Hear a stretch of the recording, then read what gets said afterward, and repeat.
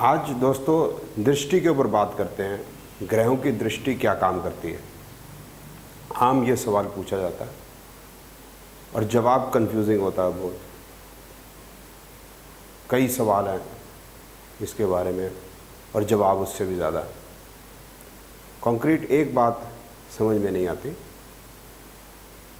उसका रीज़न है, जैसा माना जाता है कि शनि जो है उसकी दृष्टि ठीक नहीं है, लेकिन अगर शनि योग कारक है तो फिर क्या करेगा, ये एक सवाल है। शनि अगर अच्छा है तो क्या करेगा, 11वें भाव का स्वामी है तो क्या करेगा, शनि पर ही किसी की दृष्टि पड़ रही है तो क्या होगा। तो इस प्रकार से कई से सवाल है।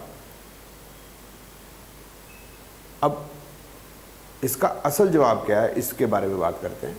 अब ये जन्म कुंडली देख रहे हैं आप, कर्क लगन की है। अब इस जन्म कुंडली में आप देखेंगे कि मैंने 3 ग्रह शनि राहु केतु बनाए और एक चौथा शुक्र। अब ये मैं समझाने का प्रयत्न करूंगा कि इनकी दृष्टि क्या काम करेगी। तो पहले शनि राहु केतु को ले लेते हैं। एग्जाम्पल के तौर पे शनि राहु केतु इस जन्म कुंडली के अंदर प्रॉपर्टी या संपत्ति देंगे। अब शनि राहु केतु का कारकत्व जो है वो क्या है, नेचुरल मैलेफिक। वह अशुभ ग्रह हैं। अशुभ ग्रह हैं तो संपत्ति क्यों देंगे, वो समझना बहुत आसान है कि शनि जो है वह कारक है और केतु राहु अगर चौथे भाव से कोई संबंध रखते हैं तो केतु राहु के जो पीरियड होता है दशांतर प्रत्यंतर आदि में वह संपत्ति दे सकते हैं।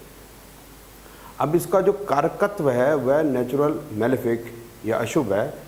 उसका क्या अर्थ हुआ, उसका अर्थ ये हुआ कि अगर शनि की दशा है, राहु की भुक्ति है, केतु का अंतर है, तो वह ऐसी जगह पर संपत्ति देंगे जो या तो शहर से बहुत दूर होगी या अच्छी जगह पर नहीं होगी, नाले के पास होगी, झुग्गी झोपड़ी के पास होगी, बहुत अच्छी जगह पर नहीं होगी। तो यह शनि राहु केतु की नेचुरल मैलेफिकेंस या अशुभता होगी। अब देखते हैं कि अगर इसके ऊपर कोई दृष्टि पड़ जाती है, शुभ ग्रह की दृष्टि पड़ जाती है, जैसे देखते हैं कि गुरु की दृष्टि पड़ गई। अब गुरु ने शनि को देखा। आप देखिए 1 2 3 4 5 मैंने यहाँ दृष्टियाँ लिख रखी हैं ताकि आपको कन्फ्यूज़न ना हो। गुरु ने शनि को देखा। अब गुरु जो है वह शुभ ग्रह है और इसी प्रकार से बुध जो है यहाँ है। अब सूर्य को तो मैं यहाँ बना नहीं सकता, शुक्र को मैंने यहाँ लिख दिया। अब बुध राहु के साथ हो गया और गुरु ने शनि को देख लिया। अब गुरु ने केतु को भी देख लिया।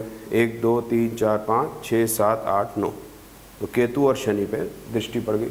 और गुरु ने राहु को भी, बुध राहु के साथ युति में हो गया। और अगर हम इसको हटा दे, बुध ने युति में हो गया, बुध ने केतु को देख लिया। अब इसमें क्या हो गया कि जो ये बुरे ग्रह हैं शनि केतु, इस पे 2 शुभ दृष्टि पड़ गई। केतु पे 2 शुभ की दृष्टि पड़ गई और शनि पर 1 शुभ की दृष्टि पड़ गई। और अगर मैं चंद्रमा यहाँ कर दूं तो राहु पे भी चंद्रमा की दृष्टि पड़ गई।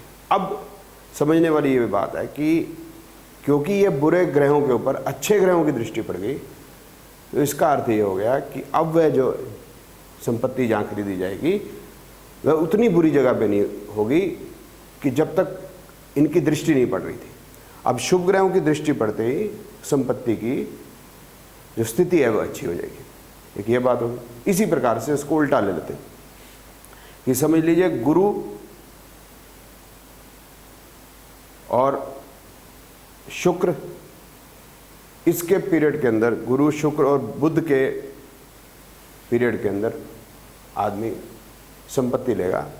अब शुक्र के ऊपर केतु की दृष्टि नहीं पड़ रही, गुरु के ऊपर 1 2 3 4 5 केतु की दृष्टि पड़ रही है। अब अगर समझ लीजिए चंद्रमा के अंतर हो गया, गुरु की दशा शुक्र की भुक्ति चंद्रमा का अंतर हो गया। अब केतु इसके साथ युति में हो गया, लेकिन उसके ऊपर दृष्टि नहीं पड़ रही, परंतु गुरु के ऊपर केतु की दृष्टि पड़ रही। अब अगर शुभ ग्रह होगा तो बहुत अच्छी जगह पे प्रॉपर्टी होगी, लेकिन अगर शुभ ग्रह पे बुरे ग्रहों की दृष्टि पड़ जाएगी तो वह संपत्ति उतनी अच्छी जगह पर नहीं लगेगी। तो ये दृष्टि का असल तरीका देखने का कि दृष्टि असर क्या करेगी। युति में भी इसी प्रकार से है, हालांकि युति पे मैं अलग से बात करूंगा ज़रूर, लेकिन युति में भी यही है, वह भी अपनी नेचुरल सिग्निफिकेंस एक दूसरे को पासन करते हैं और इससे अधिक कुछ नहीं है।